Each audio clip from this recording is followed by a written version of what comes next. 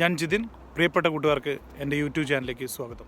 വിദേശ ജോലി സ്വപ്നം കാണുന്ന മലയാളി നഴ്സുമാർക്ക് അവരുടെ സ്വപ്നങ്ങളിൽ വലിയ സാധ്യതകളാണ്, വലിയ സ്വപ്നങ്ങളാണ് മാൾട്ട എന്ന കൊച്ചു യൂറോപ്യൻ രാജ്യം തുറന്നു വെക്കുന്നത്.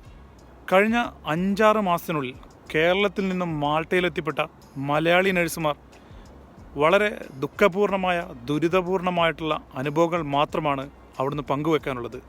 പുറത്തു പറഞ്ഞാൽ ലക്ഷക്കണക്കിന് രൂപ മുടക്കി മാൾട്ടയിലെത്തിപ്പെട്ട തങ്ങൾക്ക് ഭാവിയോർത്ത് അവർ ഒന്നും പറയാൻ മടിക്കുകയാണ്. അതുകൊണ്ട് വ്യക്തിപരമായി അവർ ഫേസ്ബുക്ക് മുഖാന്തരം വിവരങ്ങൾ ധരിപ്പിക്കുകയും വിവരങ്ങളെല്ലാം അന്വേഷിച്ച് കൃത്യമാണ് എന്ന് ബോധ്യപ്പെട്ടതിന് ശേഷം മാത്രമാണ് ഈ വിവരം നിങ്ങളുമായി പങ്കുവെക്കുന്നത്. മറ്റൊന്നിനും കൊണ്ടല്ല. മാൾട്ടയിലേക്ക് പോകാൻ തയ്യാറായി നിൽക്കുന്ന മലയാളി നഴ്സുമാർ തീർച്ചയായിട്ടും ഈ വീഡിയോ പൂർണ്ണമായി കാണുക. എന്നിട്ട് മാത്രം നിങ്ങൾ പോകാൻ തീരുമാനമെടുക്കുക. ഒരു സൈക്യാട്രിക് ഹോസ്പിറ്റലടക്കം 2 ഹോസ്പിറ്റലാണ് മാൾട്ടയിൽ ഗവൺമെൻറ് മേഖലയിലുള്ളത്. കൂടാതെ ഒരു ലോങ് ടൈം കെയർ സെൻറ്ററും 4-5 കെയർ ഹോമുകളും അടങ്ങുന്നതാണ് മാൾട്ടയിലെ മൊത്തത്തിലുള്ള ഗവൺമെൻറ് ആരോഗ്യ മേഖല.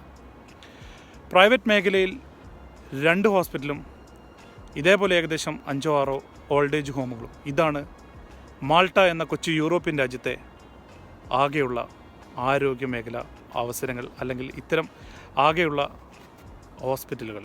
ഞാൻ മുന്നേ പറഞ്ഞ ഗവൺമെൻറ് മേഖലയിലെ 2 ഹോസ്പിറ്റലുകളും പ്രൈവറ്റ് മേഖലയിലെ 2 ഹോസ്പിറ്റലുകളും ഇപ്പോൾ ജോലി സാധ്യതകളൊന്നും ഇല്ല എന്ന് അവിടുന്ന് നഴ്സുമാർ അറിയിക്കുന്നു. പിന്നെ എന്തിലേക്കാണ് ഇവിടുന്ന് നഴ്സുമാരെ കൊണ്ടുപോകുന്നത്? ഓൾഡ് ഏജ് ഹോമുകളിൽ നഴ്സുമാരായിട്ടാണ് ഇവിടുന്ന് മലയാളി നഴ്സുമാരെ കൊണ്ടുപോകുന്നത്. അതിന് IELTS പോലും ആവശ്യമില്ല. എന്തൊക്കെയാണ് ആ ജോലിയുടെ യാഥാർത്ഥ്യങ്ങൾ? ഓൾഡ് ഏജ് ഹോമുകളിൽ നിങ്ങളൊരു മാസം കഷ്ടപ്പെട്ടാൽ നിങ്ങൾക്ക് കിട്ടുന്നത് 800 മുതൽ 1000 യൂറോ വരെയാണെന്ന് അവർ പറയുന്നു. അത് ഏകദേശം ഒരു 60,000 രൂപ മുതൽ 80,000 രൂപ വരെയാണ് ഒരു മാസം കഷ്ടപ്പെട്ടാൽ അവിടുന്ന് കിട്ടുന്നത്. ചിലവും താമസവും എല്ലാം കഴിഞ്ഞുകൊണ്ട് ഒരു പക്ഷേ നിങ്ങൾക്ക് മാറ്റിവെക്കാൻ കഴിയുന്നത് ഒരു 30,000 രൂപ മുതൽ 40,000 രൂപ വരെ.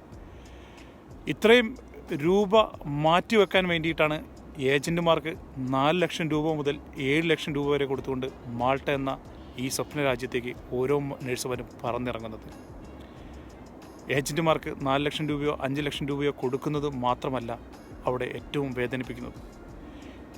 ഇത്രയും ലക്ഷത്തോളം രൂപ കൊടുത്തുകൊണ്ട് ഓൾഡ് ഏജ് ഹോമുകളിൽ എത്തിപ്പെടുന്ന മലയാളി നഴ്സുമാരുടെ ജോലി സുരക്ഷിത വലിയ സ്വപ്നങ്ങൾ കണ്ടുകൊണ്ട് 1 വർഷങ്ങൾക്ക് മുമ്പേ അല്ലെങ്കിൽ 2 വർഷങ്ങൾക്ക് മുമ്പേ മാൾട്ടയിലെത്തിപ്പെട്ട നിരവധി സഹോദരിമാരായ മലയാളി നഴ്സുമാർ പങ്കുവെക്കുന്നത് ദുരിതപൂർണമായിട്ടുള്ള അവരുടെ വേദനകളാണ്.